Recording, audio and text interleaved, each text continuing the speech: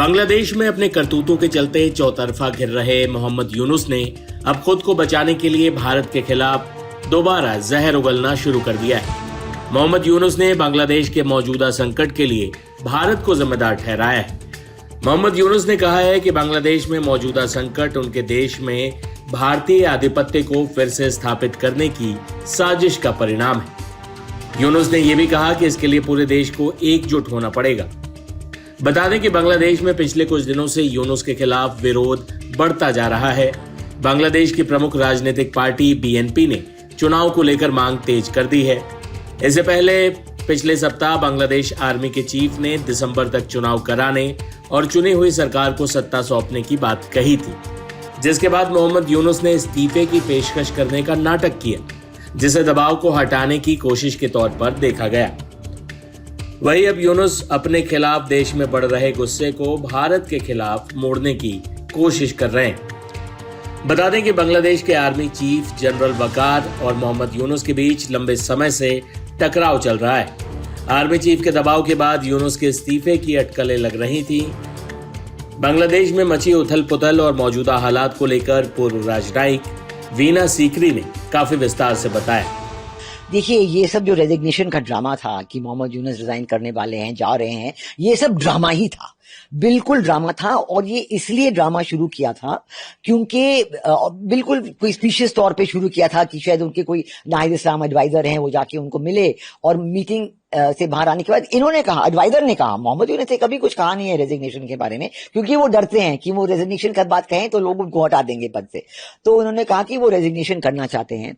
और कल के दिन में, सैटरडे के दिन में बांग्लादेश में उन्होंने कुछ कोशिश भी की, जो ये इस्लामिस्ट पार्टीज हैं और ये जो स्टूडेंट्स पार्टी है, नेशनल सिटीजन पार्टी, उन्होंने एक कोशिश की कि स्टूडेंट्स को सड़क पे लाके वो मोहम्मद यूनुस की सपोर्ट में उन्होंने कुछ नारे भी रेज किए कि मोहम्मद यूनुस 5 साल रहेंगे और प्रेसिडेंट बनेंगे, ये नारे भी उन्होंने। लेकिन वो डेमोन्स्ट्रेशन कुछ था ही नहीं, बहुत कम लोग आए। मोहम्मद यूनुस का आज की तारीख में बांग्लादेश में कोई उनका सपोर्ट करने को तैयार नहीं है, बिल्कुल उनकी कोई सपोर्ट है ही नहीं। उनके पीछे सिर्फ वो इस्लामिस्ट पार्टीज हैं, जमाते इस्लामी हैं और इस्लामी आंदोलन बांग्लादेश, कुछ ऐसे इस्लामिस्ट पार्टीज हैं जो एडवाइजर भी बने हुए हैं सरकार में, बिल्कुल अगेंस्ट द कॉन्स्टिट्यूशन है। आर्मी चीफ का फॉर्मली वर्बल बयान आ गया कि इस साल के अंत तक उन्हें इलेक्शन। जी बिल्कुल। तो ये सब ड्रामा, जो रेजिग्नेशन का ड्रामा शुरू हुआ, वो इसलिए हुआ क्योंकि 21 मई को 3 दिन पहले जनरल वकारुज्जमान आर्मी चीफ ने एक सभा बुलाई थी, बहुत बड़ी सभा बुलाई थी, जिनमें सारे आर्मी ऑफिसर थे जो उनकी जो यूएन पीस कीपिंग में वो भी उन्होंने हिस्सा लिया on the virtual link, zoom link पे। तो इस आर्मी की सभा में बहुत डिस्कशन हुए और बहुत वाइड स्प्रेड डिस्कशन है। उसके बाद आर्मी ने इनकी 5 पंक्तियां निकाली कि क्या क्या उनके निर्णय हुए हैं। और सबसे बड़ा निर्णय उन्होंने 2-3 जो कहा है, उन्होंने कहा कि आर्मी जो है बांग्लादेश में अब के बाद कोई भी मॉब वायलेंस, कोई भी एनार्की टॉलरेट नहीं करेगी। बल्कि वो साफ साफ कह रहे थे कि आज की तारीख में बांग्लादेश में एनार्की है, मॉब वायलेंस है, कोई भी वहां स्टेबल सिचुएशन नहीं है। और ये बात बिल्कुल हमें पता है, क्योंकि सारा जो मोहम्मद यूनुस की कोशिश है कि भारत के साथ ट्रेड बंद हो जाए, भारत के रिश्ते खराब हो जाएं, लोगों की कोई स्वीकारी नहीं है। क्योंकि जो चीजें बांग्लादेश जाती थी उनके फैक्ट्रीज के लिए या उनके डेली कंजम्पशन के लिए, वो बंद हो गई हैं और प्राइसेस बढ़ रही हैं, फैक्ट्रीज बंद हो रहे हैं, जॉब्स, लोगों की जॉब्स नहीं मिल रहे हैं, लोग अपने जॉब्स को खो दे जा रहे हैं, बहुत अनरेस्ट है। और ये आर्मी ने कहा कि हम बिल्कुल कोई भी अनरेस्ट और वायलेंस नहीं चाहते, हम इसका सहन नहीं करेंगे, उस पर एक्शन लेंगे। नंबर 1। नंबर 2, उन्होंने कहा कि जो 1971 लिबरेशन वॉर के वैल्यूज हैं वो बिल्कुल नॉन नेगोशिएबल हैं। बल्कि वो इस पे सबका अटेंशन ड्रॉ कर रहे थे कि मोहम्मद यूनुस की कोशिश है कि वो 1971 लिबरेशन वैल्यूज को भुला दें और कुछ और अपना, कोई कह रहे हैं जुलाई डिक्लेरेशन, सेकेंड रिपब्लिक, पता नहीं क्या क्या बातें कर रहे हैं जिनके बारे में लोगों की स्वीकारी है ही नहीं। और आर्मी चीफ ने उनके बयान में कहा कि बिल्कुल ये इसको कह रहे हैं। और फिर उन्होंने कहा कि वो इलेक्शन चाहते हैं। उन्होंने कहा कि इलेक्शंस बिल्कुल दिसंबर तक, इस साल के अंत तक, मतलब अगले 5-6 महीनों में इलेक्शंस को करा देने चाहिए।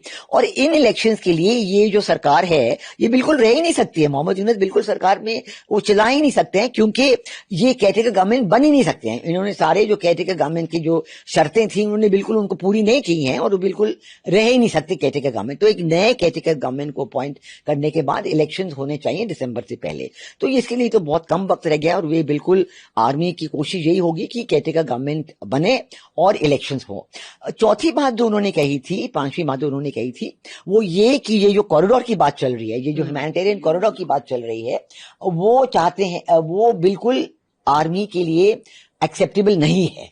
और उन्होंने ये भी बिल्कुल साफ तरीके से कहा, सोवरेनिटी पर भी खतरा है। हाँ, उन्होंने सॉवरेनिटी पे खतरा है, लेकिन उन्होंने साफ तरीके से मोहम्मद यूनुस की सरकार, इंटरिम रिजीम, सरकार तो है ही नहीं, इंटरिम रिजीम को कहा कि देखिए ये सरकार जो है, ये रिजीम जो है, ये कुछ ऐसे डिसीजन दे रही है आर्मी को कंसल्ट किए बिना।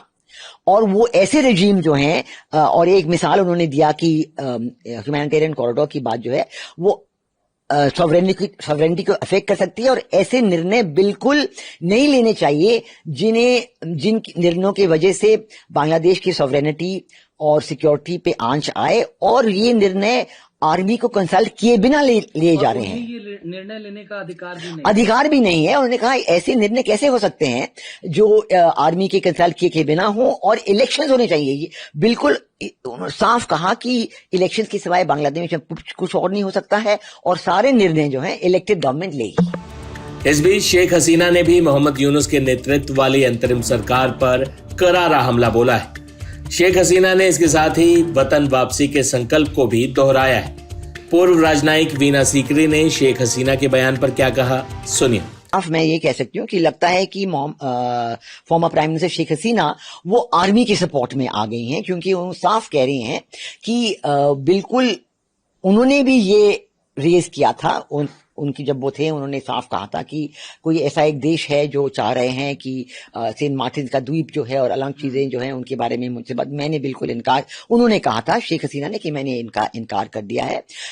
बात ये कह रही है साफ साफ कि देखिए कोई भी ऐसे निर्णय हो, ये आर्मी के साथ डिस्कशन करके निर्णय हो सकता है और इलेक्टेड गवर्नमेंट का निर्णय होना चाहिए, ये उन्होंने साफ साफ कहा है। और मेरा ख्याल उनके जो रिमार्क्स हैं उससे बिल्कुल ये नतीजा निकलता है कि इलेक्शंस के सिवाय बांग्लादेश का और कोई चारा नहीं है, एंड इलेक्शन जो है वो फ्री, फेयर और इंक्लूसिव होने चाहिए। मतलब सारे जो पार्टीज हैं, एक ये जो रिजीम है मोहम्मद यूनुस का, जिसके पीछे सारे इस्लामिस्ट पार्टीज हैं, उन्होंने एक बार कह दिया कि हम अवामी लीग को बैन करते हैं। उनका कोई अधिकार है ही नहीं, उनमें कोई अथॉरिटी नहीं कि वो किसी पार्टी को बैन करें, ऐसे ही बैन कर दिया, क्योंकि उन्होंने देखा कि अवामी लीग का वोट बैंक तो इंटैक्ट है और सारे लोग बांग्लादेश में यही कह रहे हैं कि आगे भालो छिलो, पहले अच्छा था, ये कह रहे हैं। तो वो देख के ये डर गए और उन्होंने उनको ये जानकारी पड़ी कि जो इनकी कोशिश 8-9 महीने से हो रही है कि उनका पॉपुलैरिटी बढ़े, इस्लामिस्ट पार्टीज का पॉपुलैरिटी बढ़े, जमाते इस्लामी का पॉपुलैरिटी बढ़े,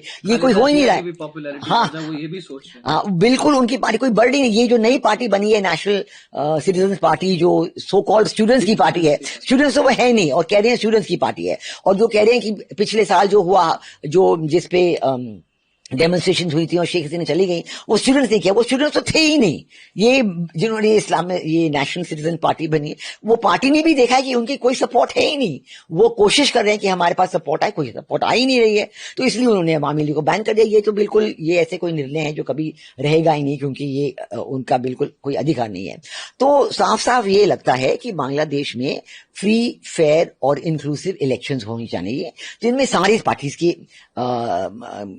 भाग लेना चाहिए। हमने देखा है कि इवन अवामी लीग की जो प्राइम मिनिस्टर शेख हसीना है वो तो बाहर बैठी हुई हैं, और बीएनपी की तारिक रहमान जो उनकी लीडर हैं वो भी बाहर लंदन में बैठे हुए हैं। उनको भी वापस नहीं आने की इजाजत दे दी जा रही है, क्योंकि वो डर रहे हैं कि वो तारिक रहमान आएंगे तो उनके लिए बड़ी पॉपुलैरिटी बढ़ेगी, और फिर ये और भी साबित हो जाएगा कि ये जो इंटरिम रेजिम है इनकी कोई ना तो पॉपुलैरिटी है, कोई नहीं चाहता कि ये रहे।